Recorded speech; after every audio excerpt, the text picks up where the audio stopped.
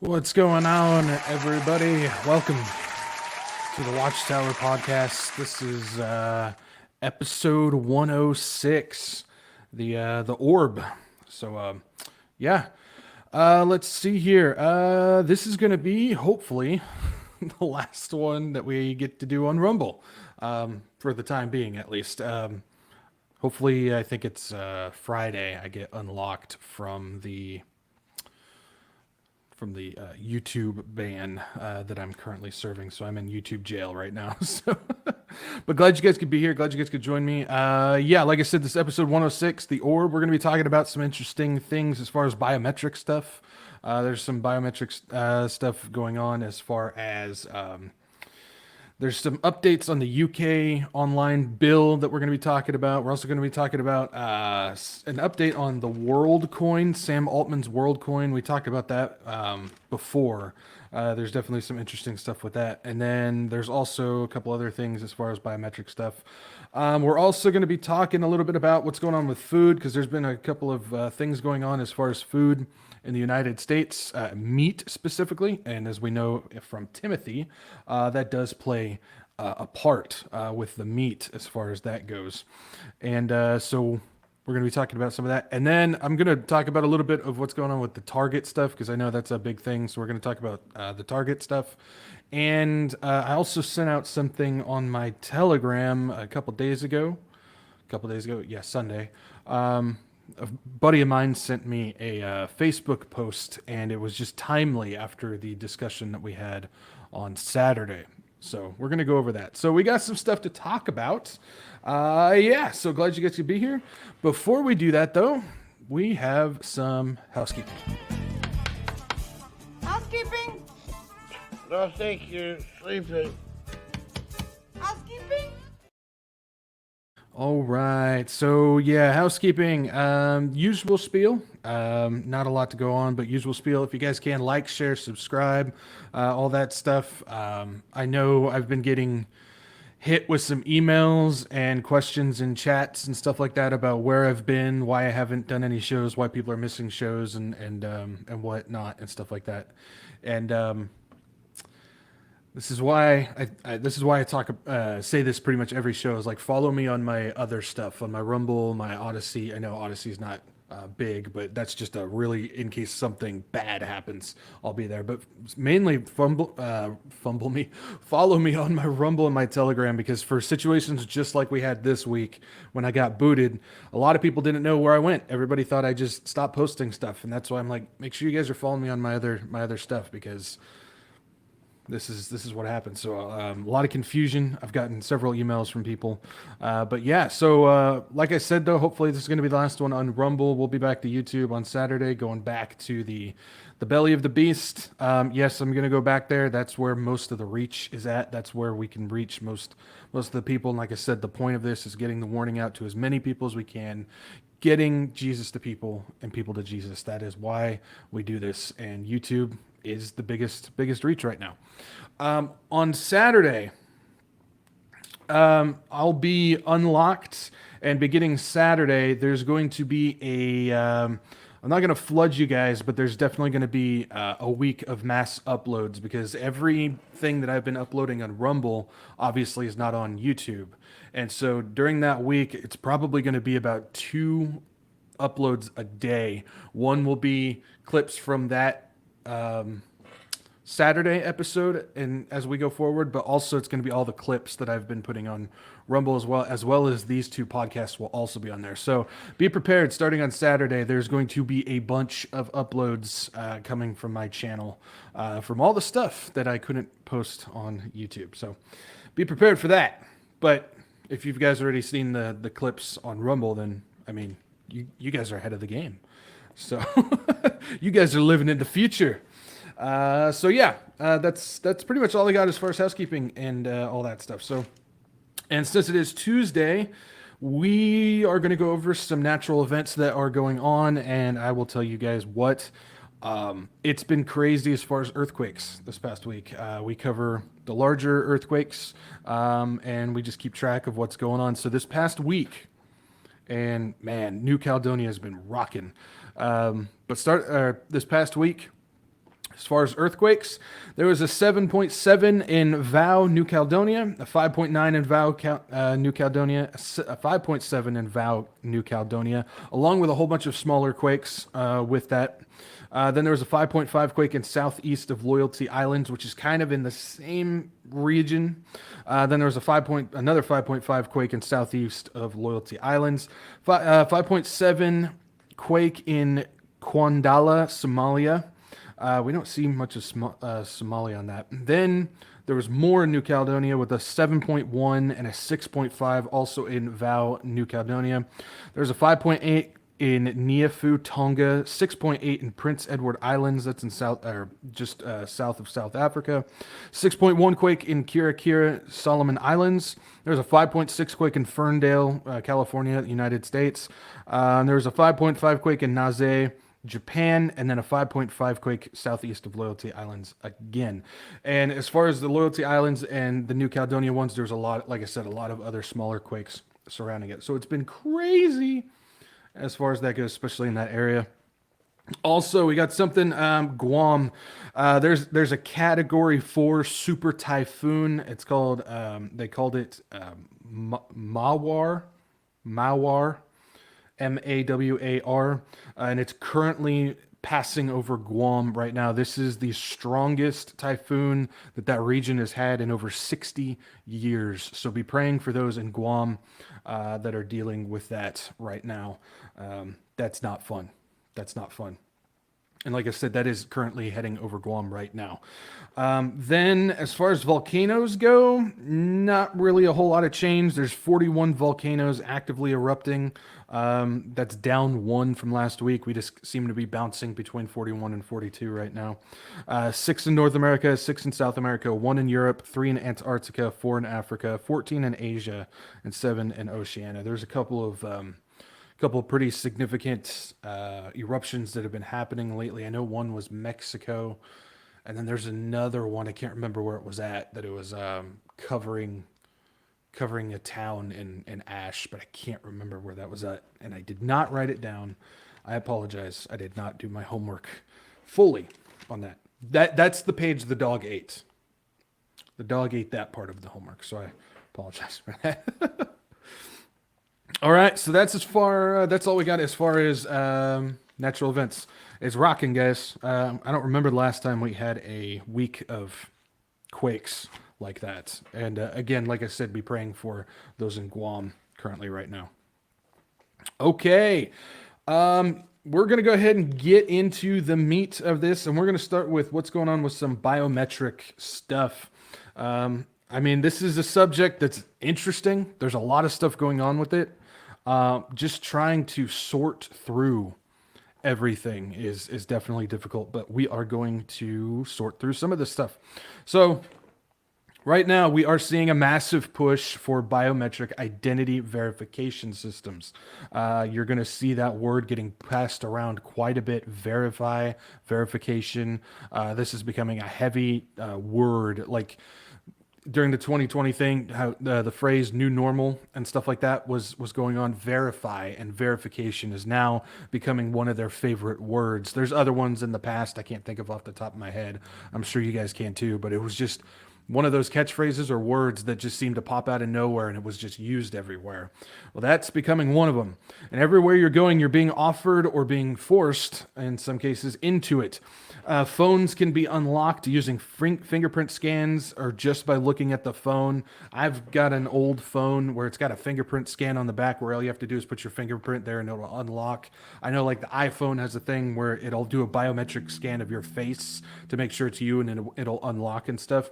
This stuff is coming out, of course, killing you with convenience and that type of stuff, but they're offering it to you. Some places are forcing it. Also, car insurance apps are now offering like biometric login features. I know the last time I went onto my car insurance app, it actually said, do you want to stick with your PIN or do you want to switch to biometric? And I can't press no fast enough. But they're offering this stuff, even some of the places like that. Food delivery apps are now adding facial recognition checks to verify that you're the proper user as far as delivery. So if you want to deliver for some of these places, I know Uber has it. If you want to drive for Uber, you have to scan your face every once in a while to make sure that you are the person you say you are. I know DoorDash is doing the same thing. They're adding this, and unless you do a biometric scan of your face, you will not be able to drive for them. And it's, again, this is one of those things where you're being forced into it if you want to do something like that. And so you're seeing all that stuff, but you're also seeing things we've talked about with like stores with facial recognition cameras at their door. It's usually at eye level. So when you're walking in, it's getting a full scan of your face. No matter where you go or what you do, they have already scanned your biometric data and continue to track where you go. So I know this is becoming a topic as far as what do we do when this comes and we're being forced into it. I don't want to do this. I don't want to volunteer for it. The fact is, and I know this is a creepy fact, but the fact is they've already got your biometric data. They've got your eye retina scan. They've got your face data. They've got all that stuff. But what they're doing now is they're just making it more mainstream where they're always keeping track of people. They know who you are and where you've been and whatnot. And I know this is creepy.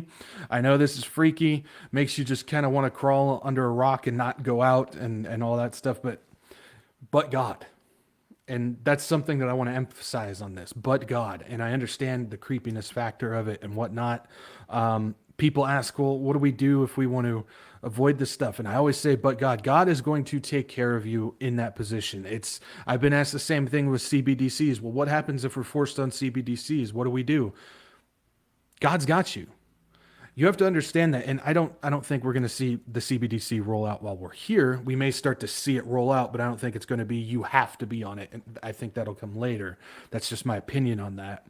But you have to remember, God's gotten us this far. He's not just going to abandon you now. And you have to remember, this isn't the mark of the beast. This biometric stuff isn't the mark. The digital ID stuff isn't the mark. The CBDC stuff isn't the mark. That stuff's not here. There's not even a beast here for the mark to take place. We know that happens after the rapture. The rapture hasn't happened yet. You have to remember, be calm in the fact that God is holding us. That's something that I really want to emphasize before we even get any further. Be calm that God is holding us. He's not going to just drop us now. He's not going to just throw us into the pit. He promised us that he's going to come and get us out before this stuff really starts to turn tribulation. And so how many times does the Bible say, do not fear, do not fear? If you have Jesus, do not fear. So that's something I want to make sure everybody understands. They've got our biometric data already. They've got our eye scans. They've got all this stuff. They've got our fingerprints. They got everything. They've got a digital twin of us already there. But we have nothing to fear. God is going to take care of us. Now, do we want to voluntarily give up all this stuff for no reason? I don't suggest doing it. You're free to do what you want. I don't suggest doing it. But as far as just trying to cower during everyday lives, we're not supposed to do that. We are still warriors in this world right now. Our job is still to occupy with the gospel while we're here. And that entails getting the warning out to people. And of course, good old JD, getting people to Jesus and Jesus to people. So don't worry about this stuff. Don't be afraid. Do not fear. This type of biometric tracking is going to increase. It's only going to increase from here. We're not going to take a step back. It's only going to increase from here. Do not fear. Do not worry. God has us.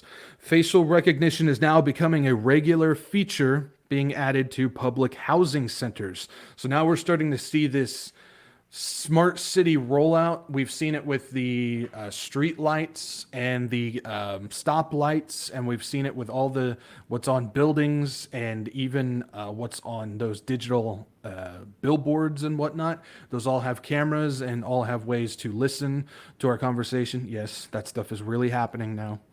But now they're adding it to, it's private residences, but it's public housing, that they're now adding these biometric facial scans. It's starting to creep further in. I've even seen, where was it? It was, I don't remember the name of it, but it's a housing insurance company that will put in biometric sensors in your house.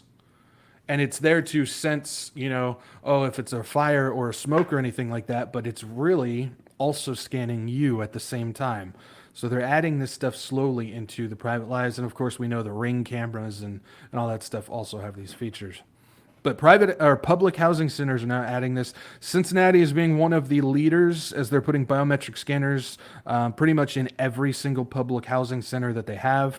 But these things are everywhere from New York to Paris to even Iran, where they're installing cameras in public to identify and penalize women who are not veiled properly, according to them. So it's not just in the United States, it's not just select cities. It's not just select buildings. I mean, this stuff, again, from United States to Paris, France to Iran, this stuff is everywhere. It's the entire world is in lockstep. This is the thing, when the beast system is being created, when all this stuff is being implemented, everybody has to be in lockstep, and we're seeing that. And in Rolette, North Dakota, public housing actually has a camera for almost every resident. They're saying in public housing in Rolette, North Dakota, there's a camera for every 1.1 resident in that building. There's that many cameras. To put it into perspective, Rikers Island Prison has a camera for every 2 inmates. So there's actually more cameras in the public housing in Rolette, North Dakota than at Rikers Island Prison. So you think about it. Who's actually the prisoner in this case? Because you've got more biometric scans going on outside of Rikers Prison. That's freaky. That's freaky.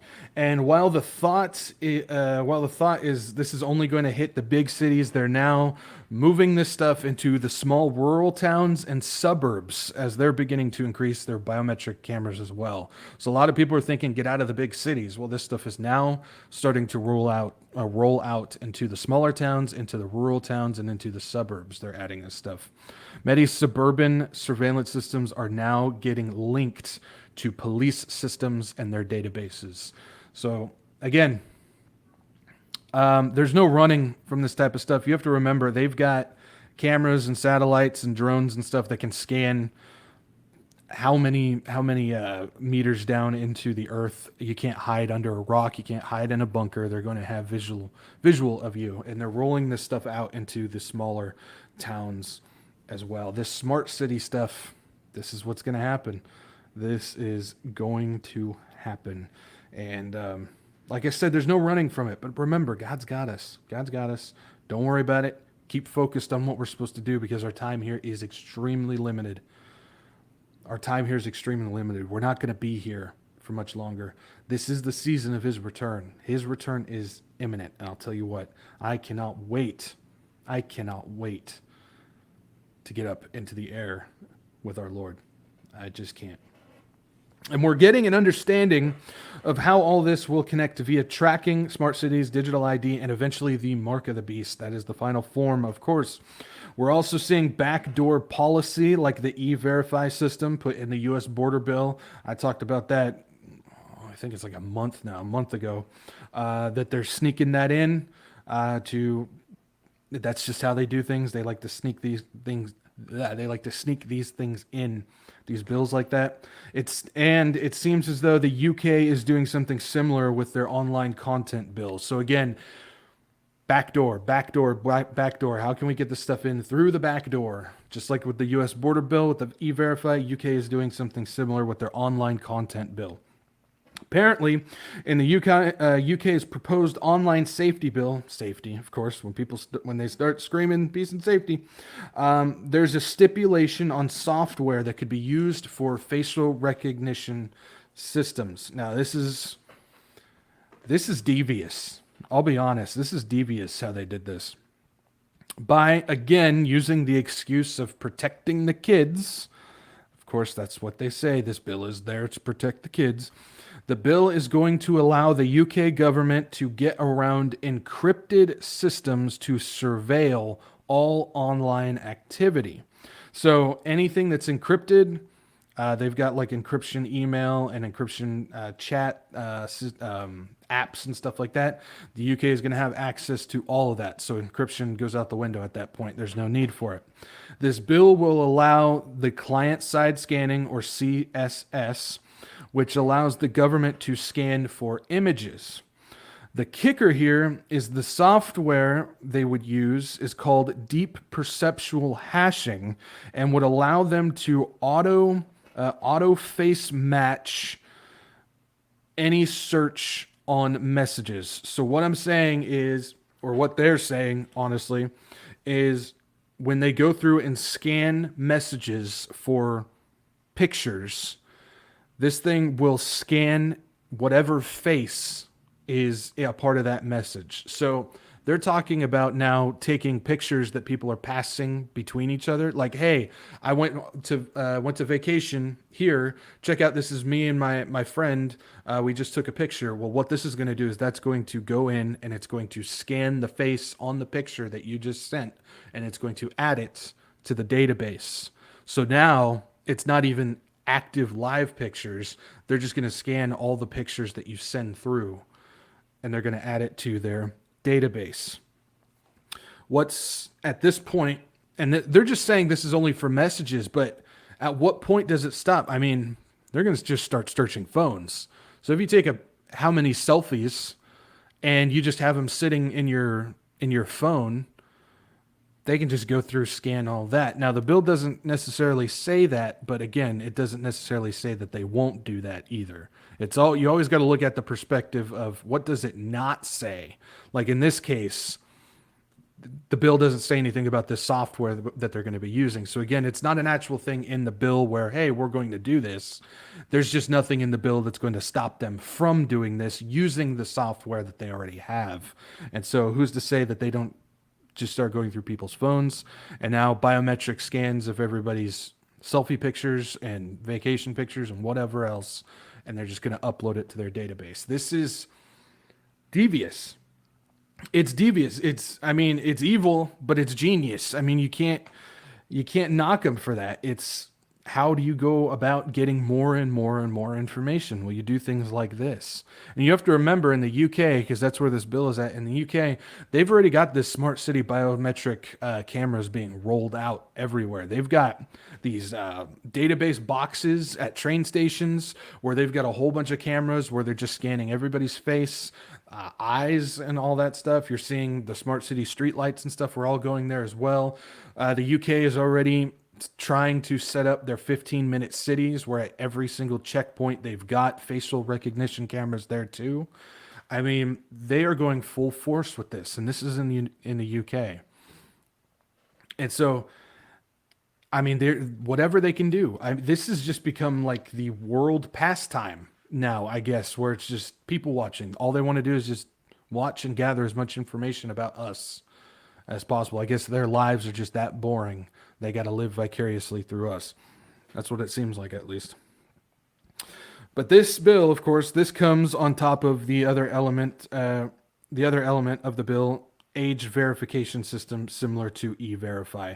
So also in this online content bill in the UK, they're also passing the age verification thing where everybody has to identify themselves to make sure that they're not under the age of reaching certain websites. So you would have to scan an ID, take a picture of yourself in order to access things online. So they just continue.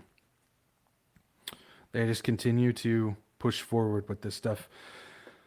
And then this comes with the knowledge of the transition to the digital ID. Now this is where we start to see things take a turn for the worse. This isn't just, more policy. This isn't just more systems that are coming that we're working on stuff. We're actually seeing some of this stuff take place in Nigeria. They're creating various ways of volunteering for these systems, but soon it'll become a mandatory system like in Nigeria. I posted about this in my Telegram. Nigeria is already hitting the point where they're making this mandatory. Otherwise, you're going to lose access to your bank account. Banks in Nigeria have been given roughly 30 days. I'll say it again. Banks in Nigeria have been given roughly 30 days to close all accounts that have not been linked to the biometric bank verification number framework, or the BVN. So if you have not signed up for this biometric bank verification number, your bank account is about to get closed. You will not have access to a bank account, and you can't go get another one because this is coming.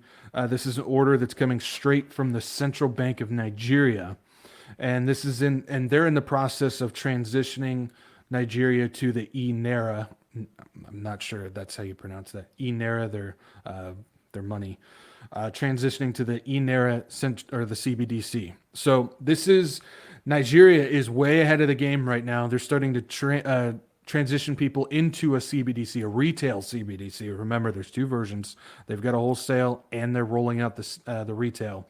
And if you're not willing to sign up for the biometric BVN, then your account is getting closed. You will no longer have a bank account. You're starting to get left into the past where you're not going to be able to pay for things. You're not going to be able to conduct yourself in business and society or do anything because, as we know, almost everything that we purchase and we run through now is through a bank account. You get paid through your bank account. You buy things through your bank account. Everything is running that way. And so this is part of it. So if you're not willing to give over your biometric data to this BVN, it's going away. This is going to be part of the transition with the CBDCs. This is going to be something that's going to happen, whether they're going to start with a voluntary thing or they're just going to go ahead and start doing mandatory stuff. We know it's going to happen. They claim this is about stopping fraud. Of course, it's always about, oh, this is a good thing. This is a good thing. Just like we got to make sure everybody gives us their ID and biometric stuff to go online because we're trying to protect the kids. This is about stopping fraud, right? So they always try and spruce it up, put lipstick on a pig, really. But in reality, it's about forcing people to attach their fingerprint and facial biometrics. That's right. For this BVN, you have to give a fingerprint and a facial scan to their bank account. Otherwise, you lose your account and you're being blocked from this digital transition. These biometrics that enter into the BVN system remain for life. There was a rumor going about on this saying it only lasts for 10 years, but they came out and said, nope, you scan it, you put it in, you are locked in for life. This is a forever thing on Earth. As of now, BVNs are being registered at a pace of 100 to 200,000 a month. So that was before they announced this requirement. Obviously, we have not gotten the numbers of how many people have signed up for this month yet, but I expect that number to drastically increase because I don't think people want to lose. I don't think people want to lose their bank accounts. So, yeah, this is like I said. What we're seeing is we're seeing these voluntary to mandatory transitions. I have a feeling there's going to be another way that they're going to do this, and it's going to be through bribing. Now, voluntary and bribing will eventually turn to mandatory. That's going to happen. They want to get rid of all physical money. They want to get rid of all physical identification. They want everything to be digital in one central spot. And they're going to play nice until it's no longer time to play nice. And they're going to force people into that. Of course, we know when the mark of the beast comes around, it's going to reach that point where it's like, well, you're not going to be able to function in society unless you pledge your allegiance to the beast and get the mark. I think we're going to see some more countries following in line with what Nigeria has been doing as far as that goes. But like I said, another aspect I think is going to be bribery. They're going to try and bribe people into doing this, similar to what Sam Altman is doing with his WorldCoin program. So we talked not too long ago. I think this was the episode right before I had Pablo, so like a week ago, just over a week ago. I think it was 2 Saturdays ago, I think. We talked not too long about OpenAI's Sam Altman, his WorldCoin project, where he said AI will take jobs and will require a UBI system for the unemployment, the mass unemployment that's going to come from it. And then he talked about how his WorldCoin project could fill that role. And his WorldCoin project is broken down into 3 systems. They got the WorldCoin token, which is like your digital coin system. Then he's got the the World Wallet, where you hold your money and your ID and stuff in. Then he's got the World ID system. This World ID system is getting interesting. This thing is getting interesting. Part of that system, like I said, is the World ID, which is a digital ID that contains a scan of your retina to verify you're not AI, that's how they put it, and to verify your identity. Again, are you seeing the phrase verify a lot? This is going right along with it. So yeah, to sign up for this thing, to get involved with the World ID, you have to get your eye retina scanned. Sam Altman has raised almost $100 million in funding on this project, for which includes an orb that scans people's eyes to lock in your biometric retina and attach it to your World ID. Take a look at this thing. This is the World Coin Orb. Do you see that thing he's holding? It's like a big silver ball. OpenAI CEO raising $100 million to scan every eyeball on Earth. Stare into the orb. That thing is crazy. That's straight sci-fi. I mean, that's something out of a movie.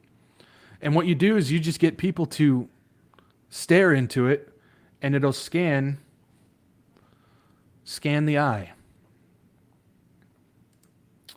Now, so far, this orb has been circulating mainly third world and developing countries. Of course, they're going for the poorer countries to start with. And in March alone, roughly 40,000 people scanned into the WorldCoin orb, with a total of roughly 1.4 million eyes already scanned. Now, this project has been around since 2019. And they went public in 2021, but just recently they started doing this orb thing. So this isn't something that, they only got 1.4 since 2019. No, they just recently started doing this, and they're scanning a lot of eyeballs. Now, why are so many people doing it?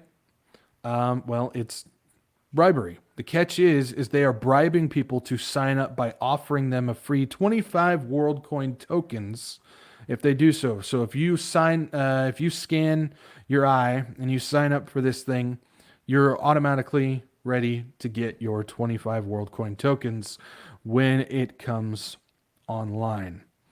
So when we look at how CBDC could be introduced, I could definitely see a bribe factor being put in place before mandatory. I mean, think about it.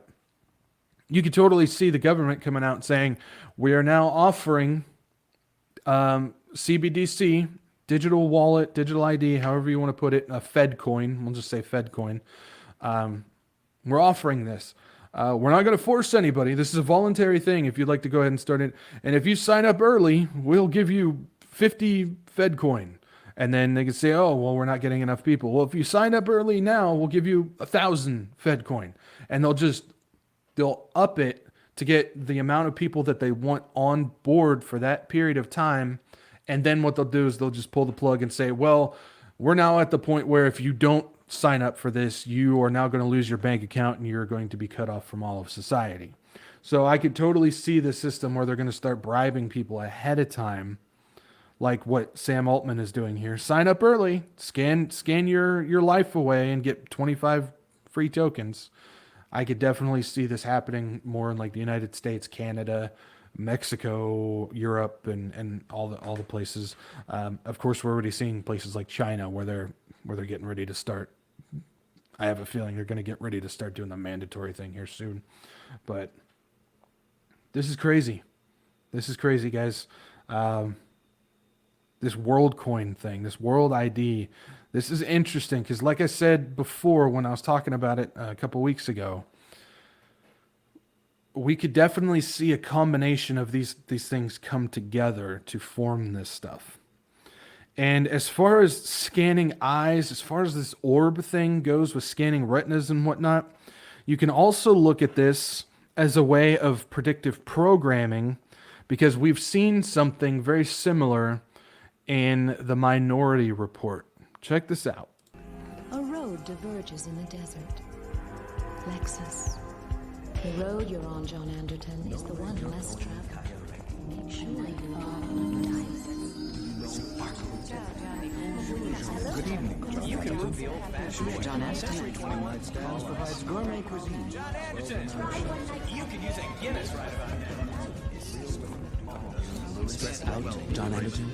Escape from it all, Harrison. Get away, John Anderton. Forget your troubles. What's so?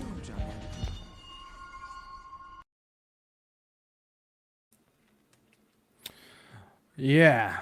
So you can see in that movie as he's walking through this, it's scanning his retina. You can see the flash on his eyes. Those little cameras are scanning his retinas, and he's connected to an ID. So by them scanning the eye, they know his name is John Anderton.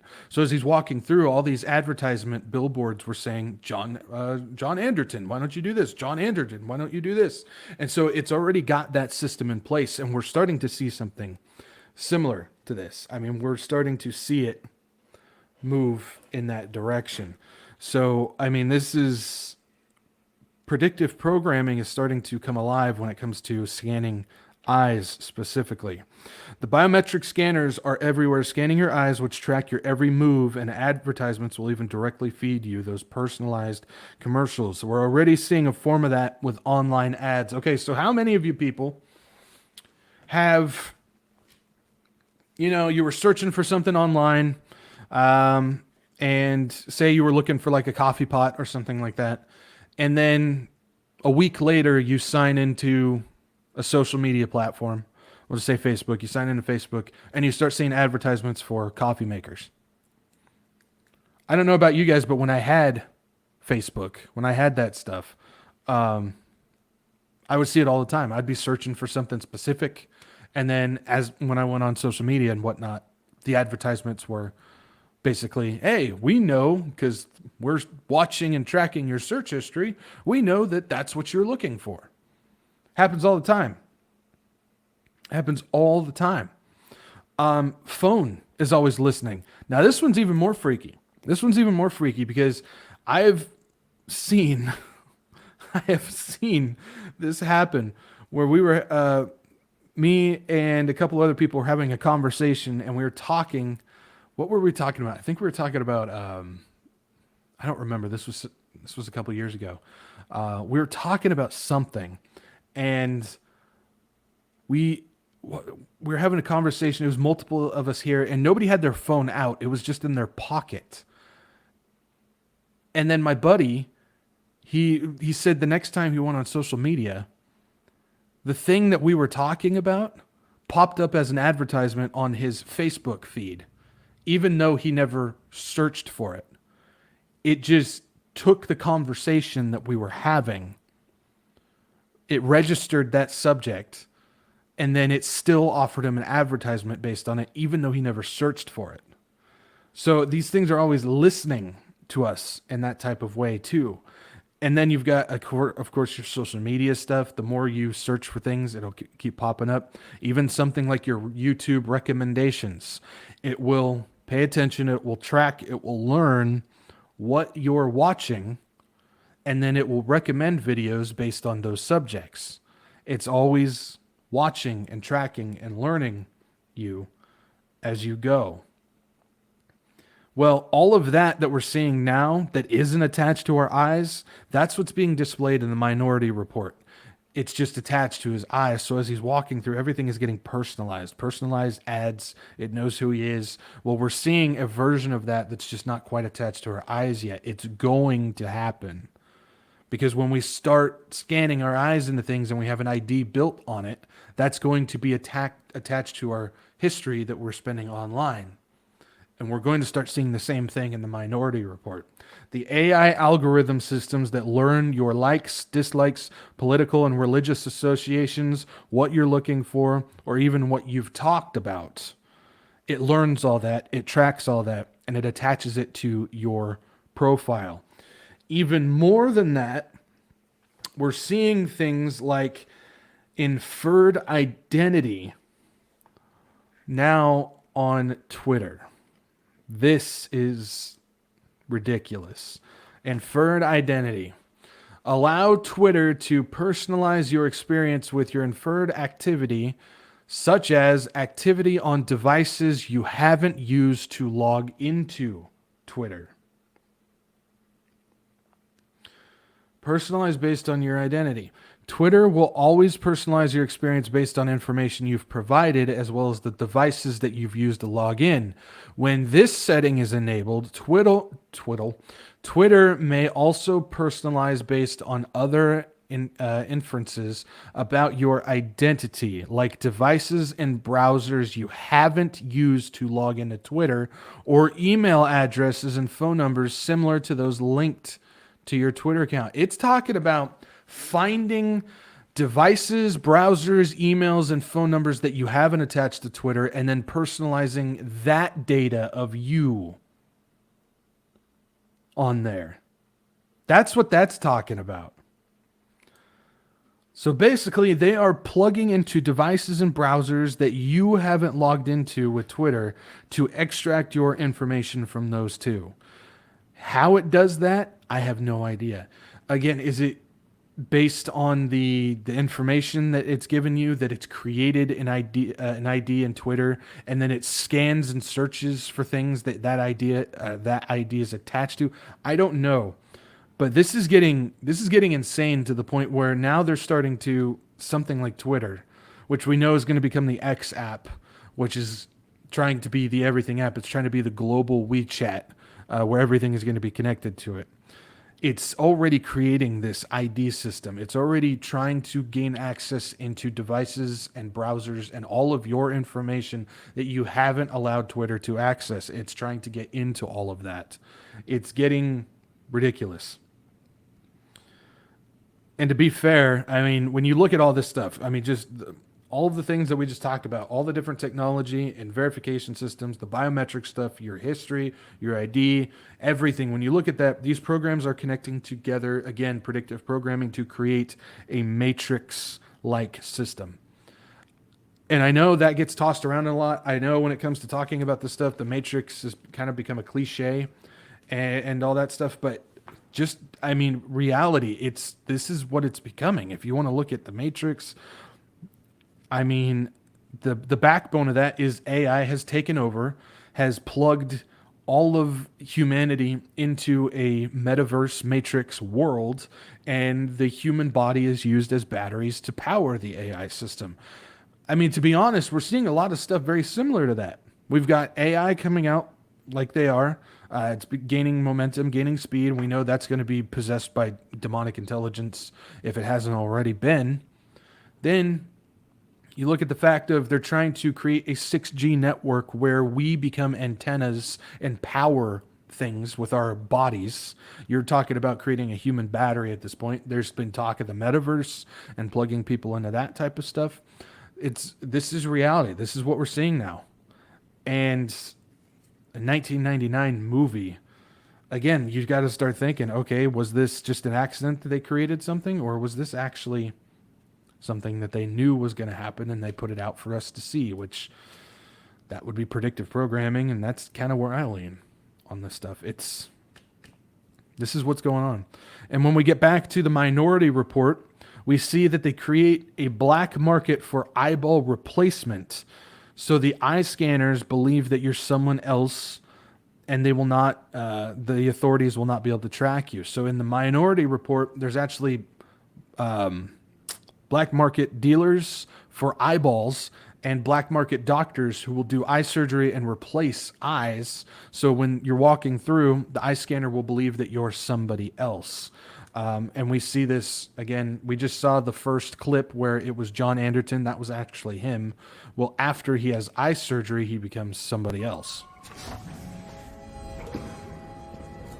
Hello, Mr. Yakamoto. Welcome back to the Gap. How those assorted tank tops work out for you? Mr. Yakamoto.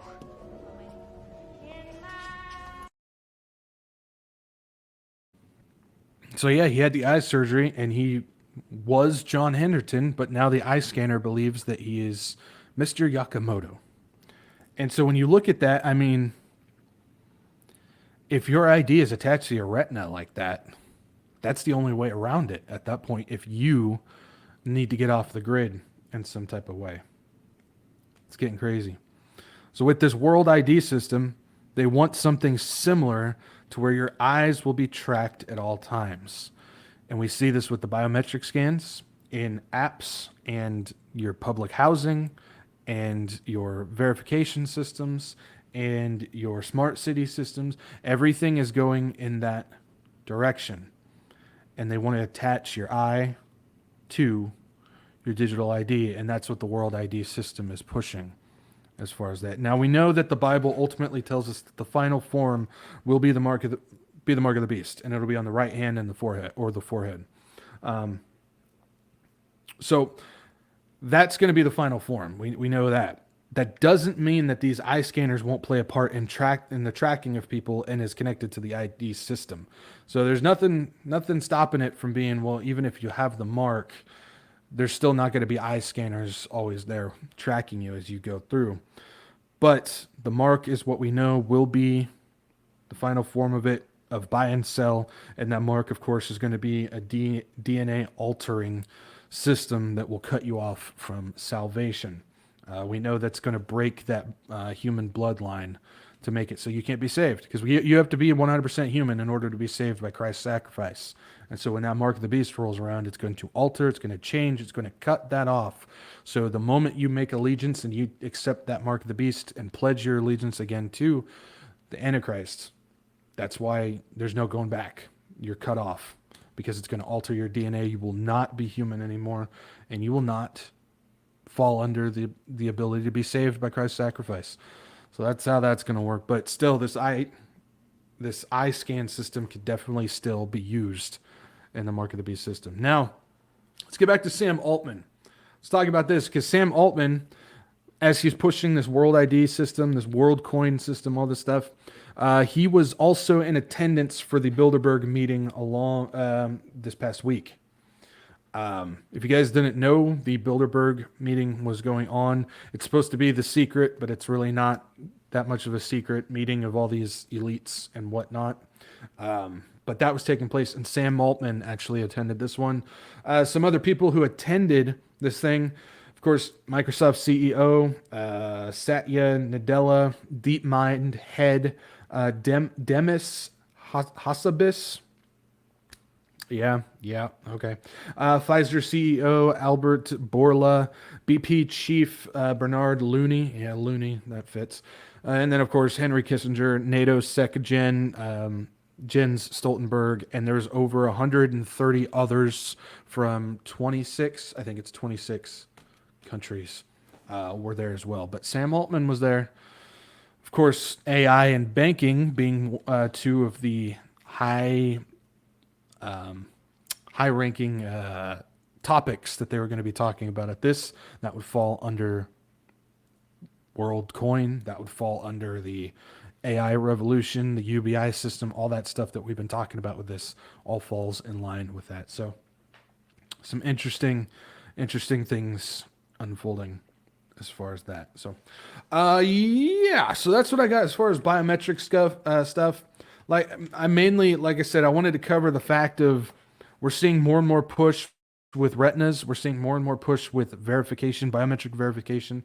We're seeing more and more push out of the big cities and into the rural and suburban areas with these biometric scanners and all this stuff going on. And of course, I wanted to cover a little bit more about what's going on with this WorldCoin. That's getting interesting with that.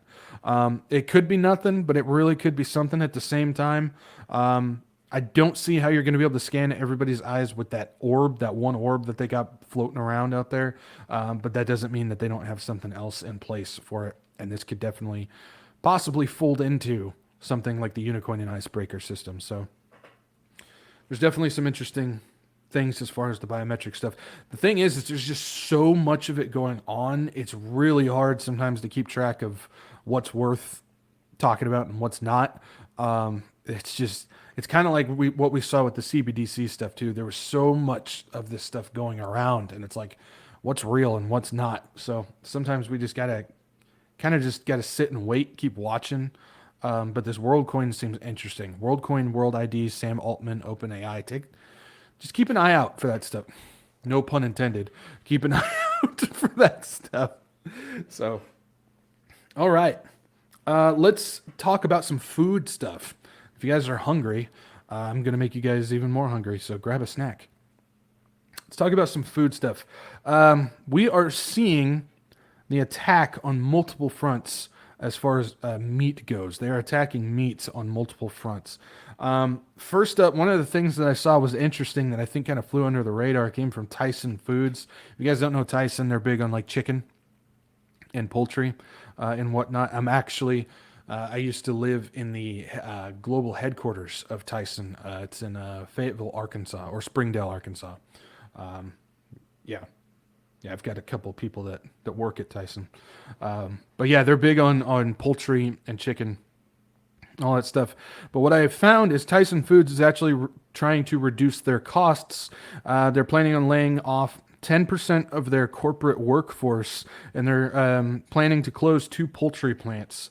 And they have plans for more. They plan on cutting more people and closing more plants. These changes come from what they're saying is weak protein markets, which is indicating that people aren't buying meat right now. If you look at their numbers, Tyson's actually has been taking some hits as far as their production costs. So it kind of does point into the realm of people might not be buying as much meat as they were previously. Now, why is that? And no, not people are going vegan. My first thought is it's the high prices of meat. And this is something that I've been dealing with where I live. With the high prices of meat, it's causing people to either buy less or they're turning to other alternative ways for protein. Like I said, I've seen this stuff firsthand at my store.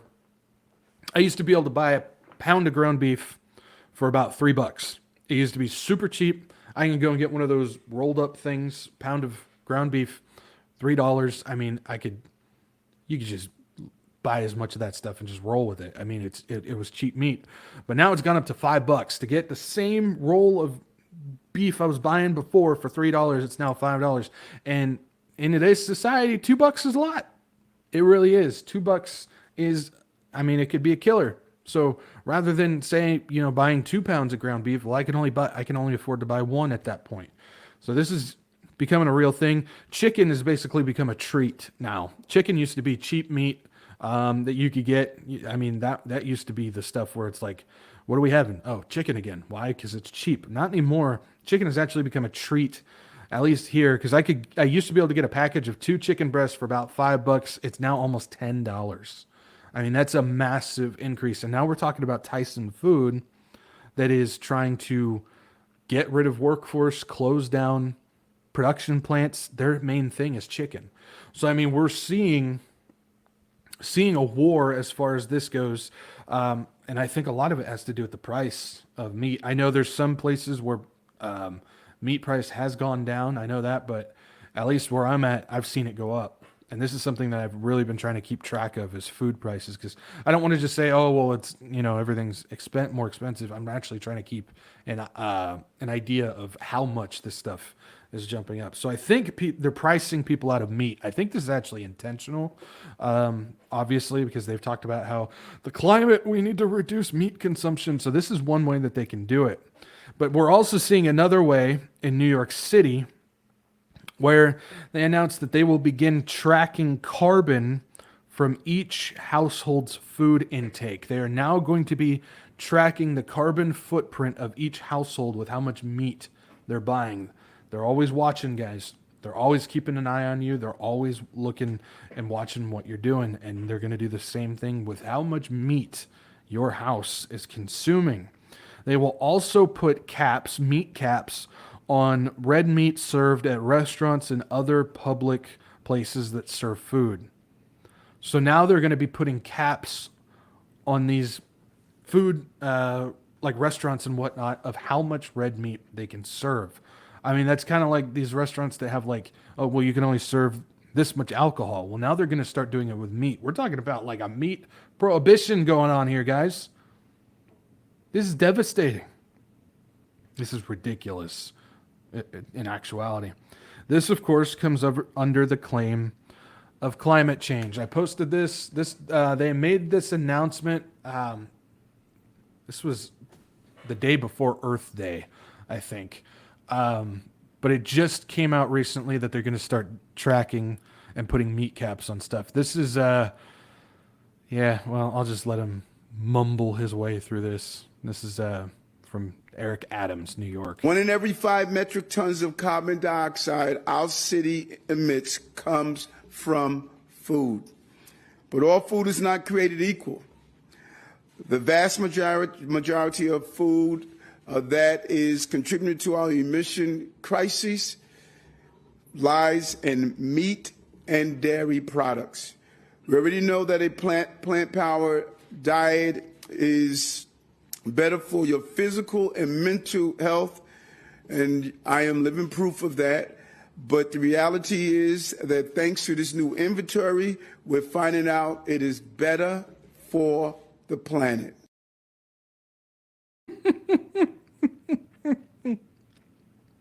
Oh man, I love how he's having a hard time reading, you know, 3rd grade English on his speech there, and he's talking about how the plant-based diet is good for mental health. That's just not a great way of doing that. It's just funny. But yeah, this is a war on meat and dairy. And we're seeing that take place as far as the meat goes. Now, I don't know as far as dairy, if they plan on tracking that or whatnot. I'm sure at some point they will. But yeah, so London and New York have partnered with American Express, C40 Cities, and Ecodata Labs to push this forward. One of the leaders is New York City's Department of Environmental Protection, Rohit Agarwala. We're just going to roll with that. Who founded Google's Sidewalk Labs. I've been looking into Sidewalk Labs for a while. Eventually I'll get around to talking to you guys about that. There's a lot of digging on that stuff, so I'll talk about that when I'm ready. It's interesting what's going on that, though, because, of course, it's Google's involved, so I'll talk about that later. But this is a specific target on meat and dairy, like we're saying. And so I always like to bring this up. This is probably one of my favorite verses to talk about. Where is it? 1 Timothy 4. I always talk about how these 3 verses just have so much prophecy packed into 3 verses. It's incredible. But if you look at it, verse 3, well, we'll start at the beginning. Now the Spirit expressly says that in the latter times some will depart from the faith, giving heed to deceiving spirits and doctrines of demons, speaking lies and hypocrisy, having their own conscience seared with a hot iron, forbidding to marry, and commanding to abstain from foods, which God created to be received with thanksgiving by those who believe and know the truth. Now this is a big one, because we're seeing various forms that they are commanding people to abstain from foods. And what that means is food fit for human consumption, meat fit for human consumption. That's what that means. And we're seeing various forms. I mean, they're tracking things. They're trying to shut down the farms. They're trying to put caps on how much meat could be done. They're outpricing people from being able to afford it. I've talked about before with S. Matthew Lau. He's talking about how they can start doing some DNA stuff to make it so people are allergic to red meat and whatnot. And so we're seeing this happen. And of course, there's the running joke of, well, everybody's going to be eating bugs and whatnot. But this is becoming reality now, where it's not so much of a laughing matter. Even so much so that, well, before he got let go, Tucker was pushing the future of food. I trust you so much. Forget the morning time. You're the first bug chef I've ever met. I'm just going to go ahead and do it. Thank you. Yeah, bug appetit. That's not bad at all. It's actually pretty good. Roughly, I'm not going to hold you to it, but how many crickets per burger would you say? Well, in this burger, we have it's mostly the powder that I use. Mm-hmm. And each one has probably like about 1 tablespoon, which is 1 to 2 tablespoons of cricket powder. And how many crickets does that represent? That I'd have to get back to you on. I don't know exactly how many. And I assume they're humanely killed. Yeah. Okay, I'm not going to ask for details on that. Okay, Chef Yoon, if anybody can sell this country on bugs, it's you. And we're grateful that you took the time to show us our future.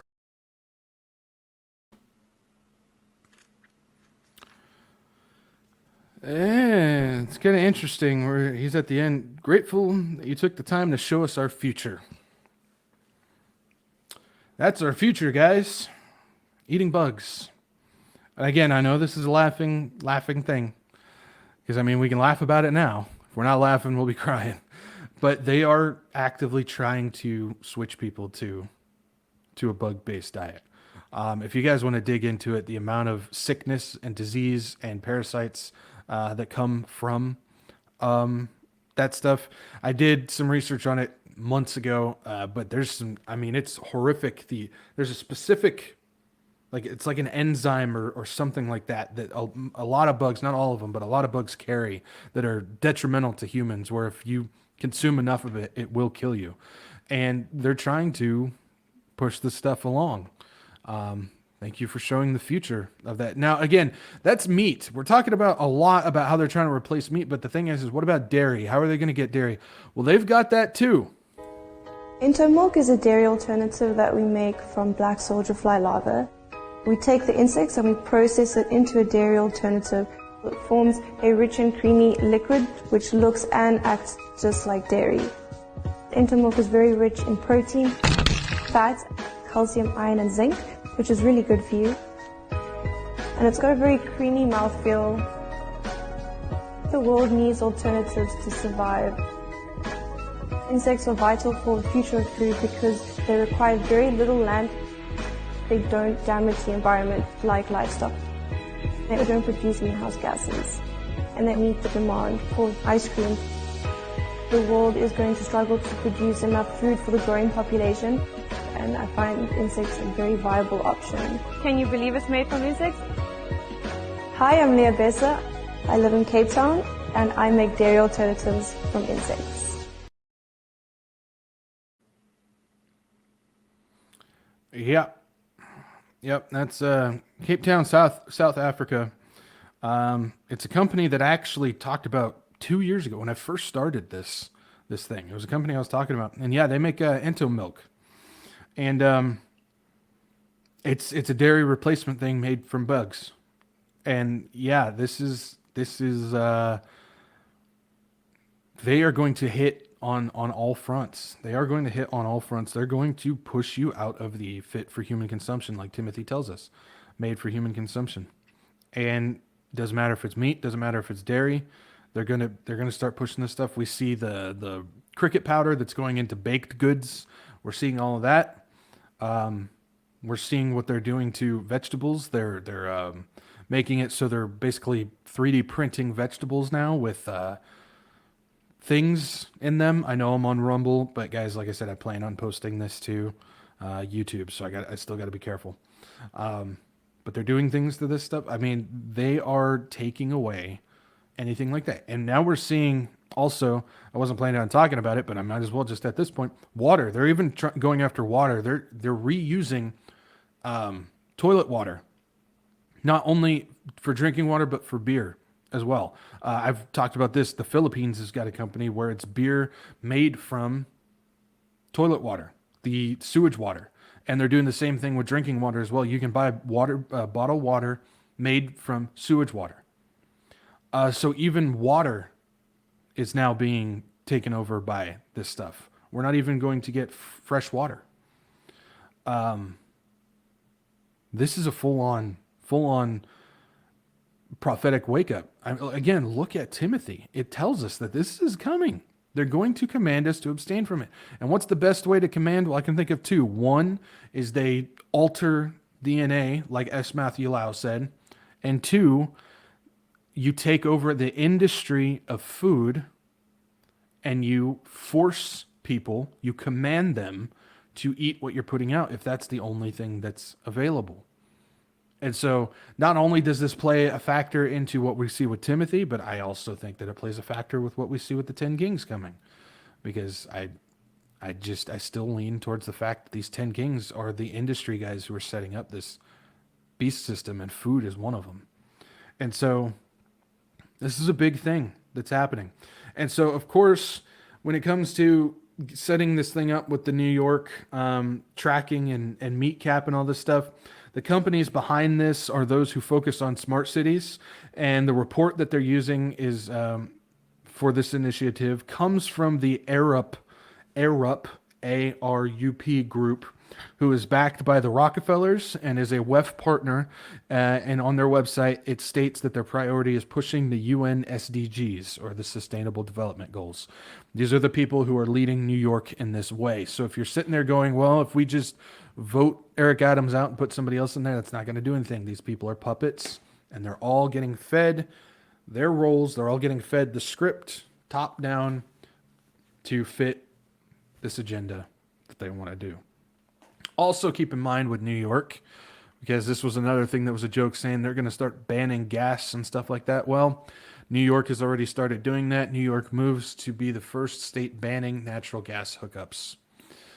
Yeah, in the state's 2024 budget, there's an agreement to ban natural gas hookups on new buildings. So beginning in 2025, small buildings, they will no longer be able to be built with gas hookups. And then large buildings that will begin in 2028. So yeah, they're going after gas as well. To no surprise, you're going to start seeing more and more and more stuff like that, because it's all about the climate. It's all about the SDGs, Agenda 2030. And that's what we're seeing as far as that goes. So, oh man, food is also another thing that's kind of interesting to try and keep track of, kind of like biometric stuff, because we're seeing so many different policy pushes and so many different initiatives all over the world. I mean, all over the world, as far as trying to remove farmland, change this type of food. They're altering the whatchamacallit, the stuff from the food as well. They're changing the genomes and doing all the genetic modifications, and I mean, it's all over the world. And you're sitting there and just trying to focus on that one subject of food. You're sitting there and your head is spinning because of how much stuff is actually being done as far as that goes. So, but yeah, food's a big one. It's something that we consume every single day, but I think it's one of the least looked at of what's going on. And there's a lot of agenda behind what they're trying to do with the food. Some of it I can't say because this will be on YouTube. But yeah, we know a lot of it too. So it's interesting. All right. And let's move on to the last bit for the night. I don't really have a way to segue into this, so Paul Blart, help me out.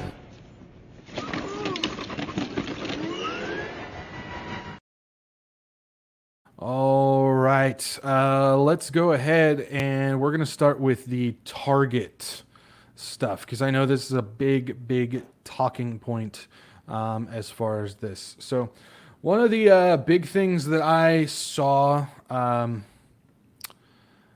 is this book called Bye Bye Binary. Now, I posted this on my Telegram. And this is something that is being sold at Target, and it's a children's book, as they claim. And it's Bye Bye Binary. And it says nobody puts baby in a pink or blue corner. It's all about making sure that the child gets to choose whatever the child wants to be. It's not, telling the child this is what God made you, and so you will be that. No, it's, the child gets to choose. And if you look at the author, it's written by this guy named Eric Giron. Never heard of the guy before, but I went and I looked at his website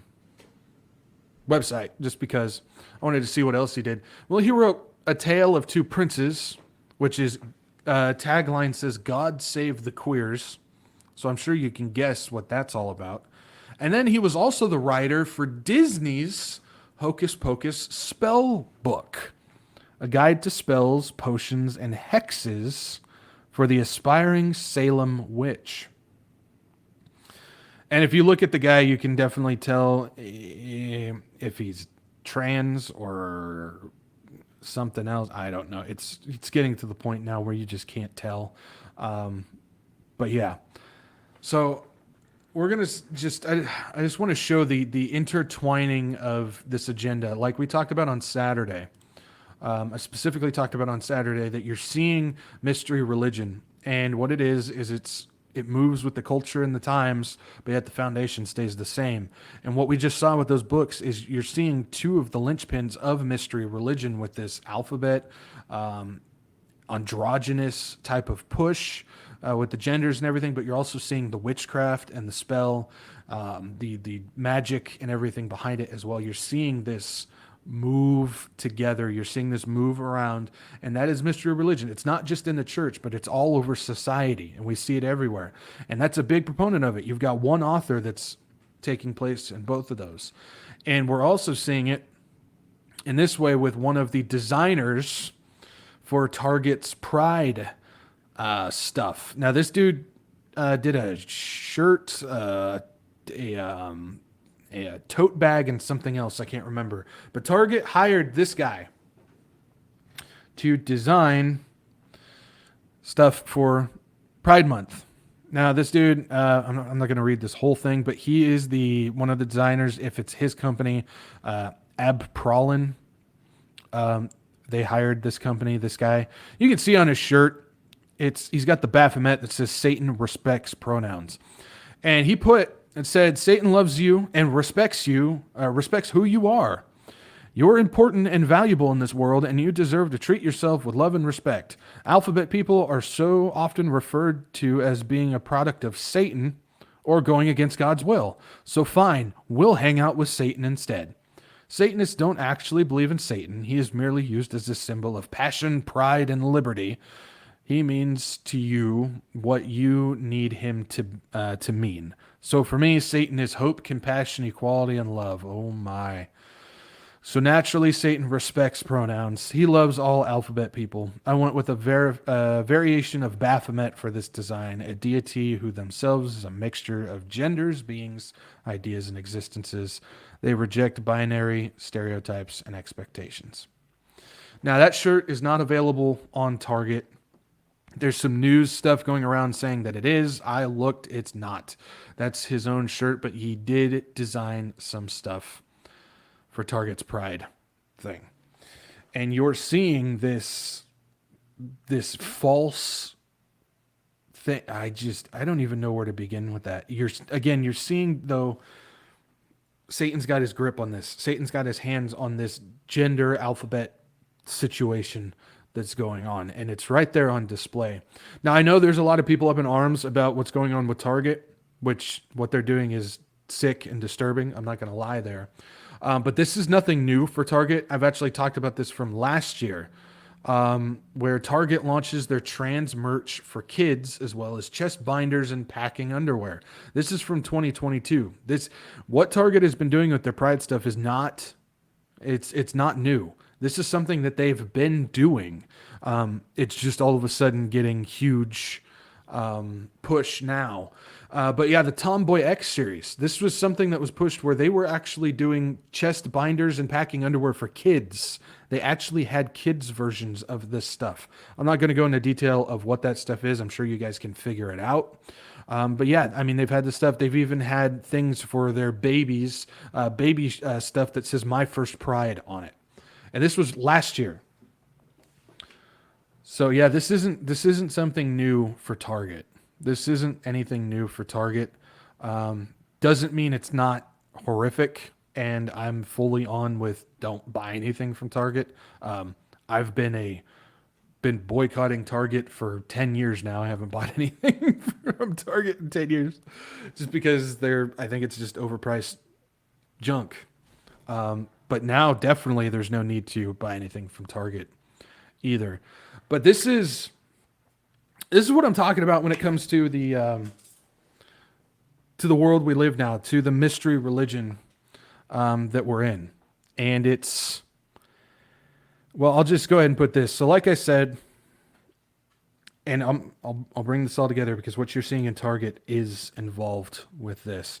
But after Saturday, when we were talking about all of the things that's going on, what happens when mystery gets in the church and then into the CCM ministry and all this stuff, I just got sent something the next day from a buddy of mine who just puts it all together, that pieces everything together. And this was a post on Facebook on that Sunday that said, I went to 2 different religious services this morning as I was at the King's VA home. One Lutheran and one Catholic. There's Catholic again. And I was at home at both. Interestingly enough, the messages were the same. Spread love and be thankful. That's that hippie Jesus stuff that I've been talking about. It's all about love. Don't judge. We need to be tolerant and all that stuff. That's the same message that both of these religions were preaching, and even had the same prayers. So they're saying the same prayers, both of which correlate to my faith. That would be your mystery religion. That is a mixture of different belief and cultural beliefs and all that stuff. That's what's going on with this. It's about us. The focus is on us. We are all one species. Why spread hate and fear amongst each other just because of differences? Learn to accept. There's your tolerance. Live and let live. Namaste.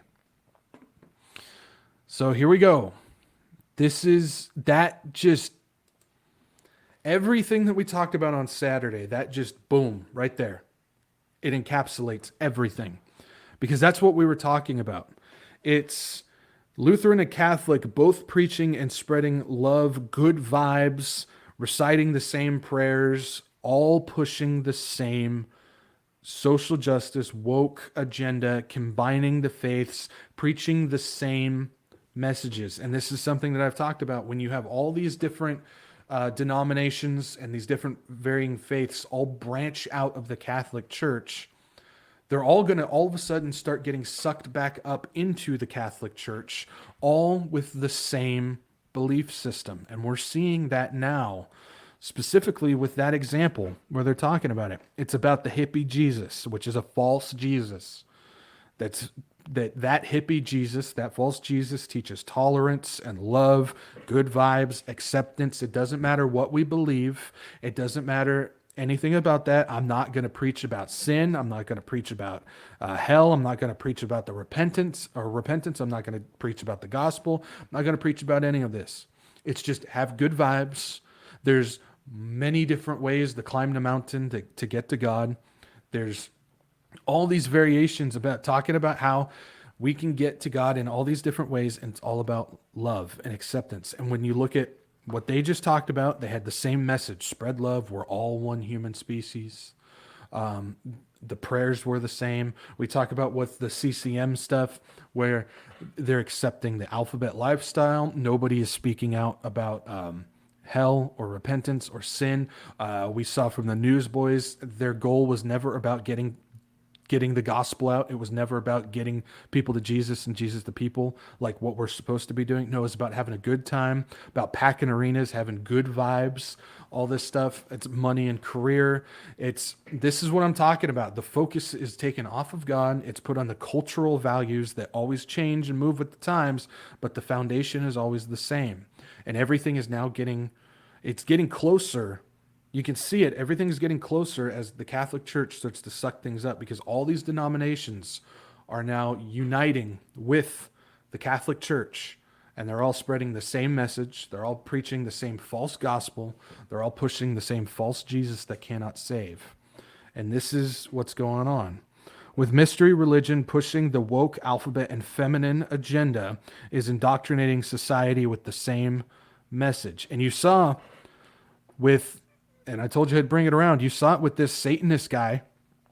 He's talking about Satan is what you want him to mean. And in his eyes, he's merely a symbol of passion, pride, and liberty, compassion, equality, and love. That's mystery religion.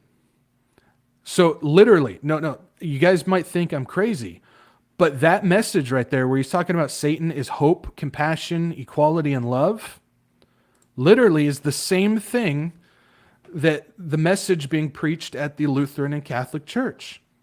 It's about love and being thankful and learning to accept and tolerance and compassion. It's literally the same message.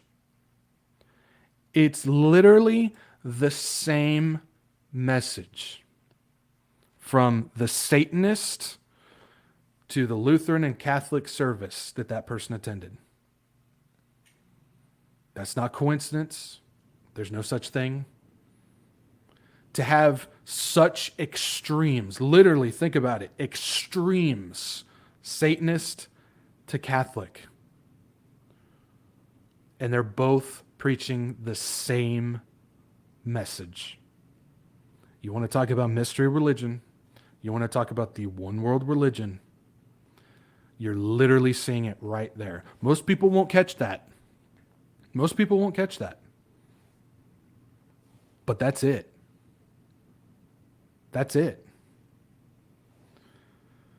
It's wide. They do, wide is the way. Multiple ways, multiple faiths, multiple traditions, multiple religions, whether you're Satanist or Catholic, you can get there. But we know in Matthew 7, 13 through 14, that's a lie. Enter by the narrow gate, for wide is the gate and broad is the way that leads to destruction. And there are many who go in by it, because narrow is the gate and difficult is the way which leads to life. And there are few who find it. When you look at this guy,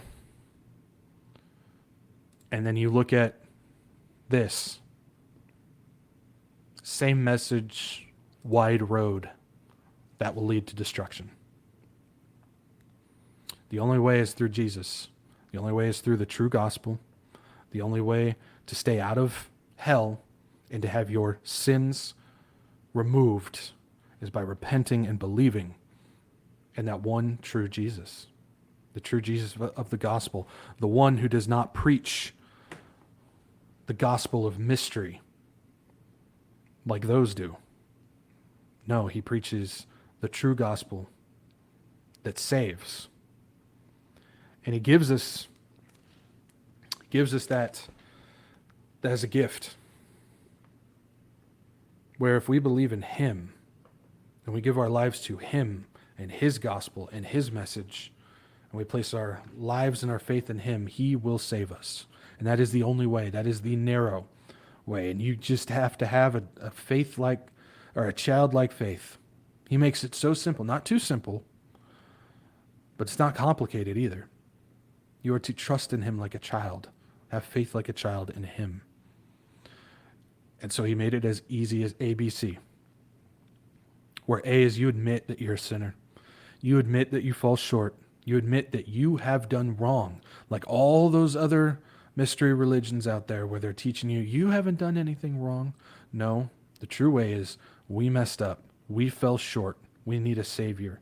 And so you come to him with a repentant heart, knowing that you messed up and you fall short. And so when you admit that, you now understand, you now know that you need Jesus Christ to save you. If you can't admit that you messed up, if you can't admit that you fall short, then you can't truly believe in a Savior, because you don't believe that you need one. So you have to admit that you're a sinner. Then B is you believe in Jesus Christ. You believe that he is who he says he is and that he did what he did. You believe that he is the one true Son of God, that he came down 100% man, 100% God, and he lived the perfect, sinless life, the most perfect and sinless life. Then he died on the cross for us. He died on the cross for you. He died on the cross for me. He died on the cross for anybody willing to accept him. And then he rose again on the third day, defeating death in our stead. And so, if you believe in him, he will give you everlasting life, and he will save you. And then C is you call upon the Lord.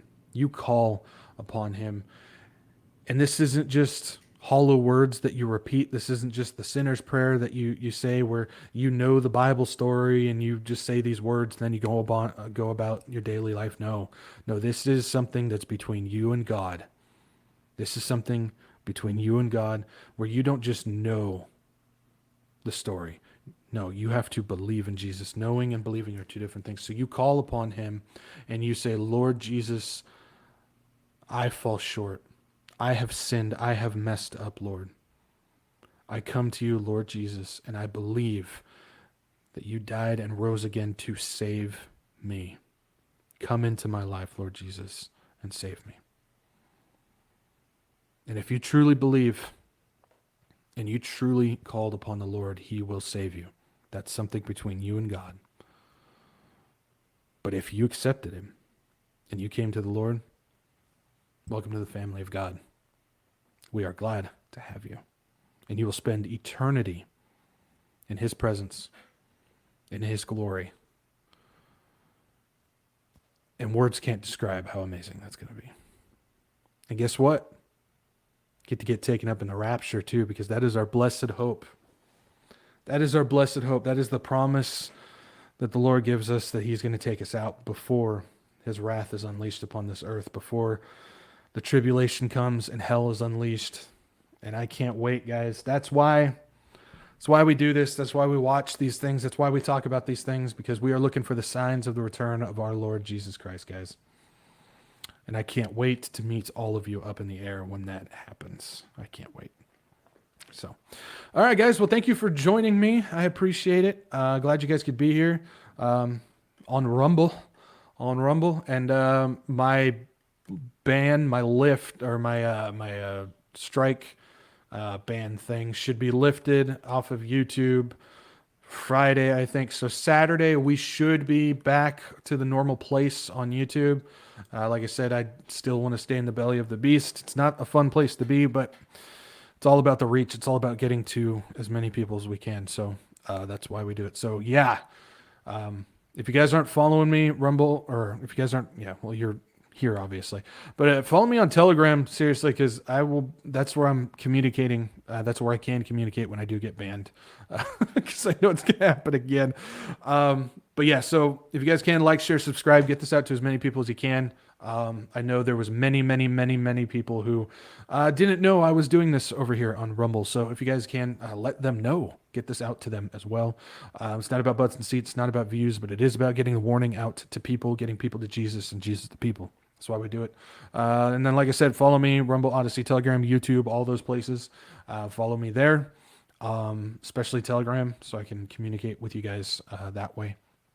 And if you feel led to, if the Lord places it upon your heart, please, I've got donation links down below.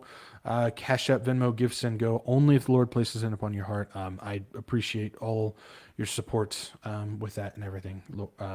It means so much. It really does. Sometimes just getting, like, sending an email back or a response back or something just doesn't feel like enough through text, but I truly appreciate all your guys' support, and especially your prayers too, because I get a lot of emails saying people are praying for me, and I'm so thankful for that. So thank you guys. Like I said, should be back on YouTube on Saturday, same time, but I don't know. Hopefully the Lord will come before then. So we'll see. I'll see you guys either there or in the air. So you guys have a good one. Peace out and Maranatha.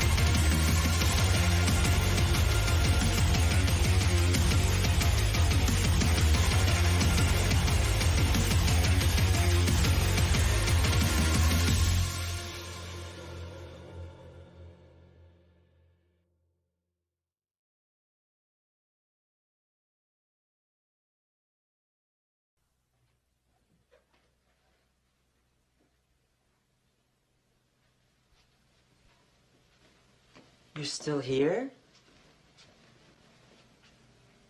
It's over. Go home. Go.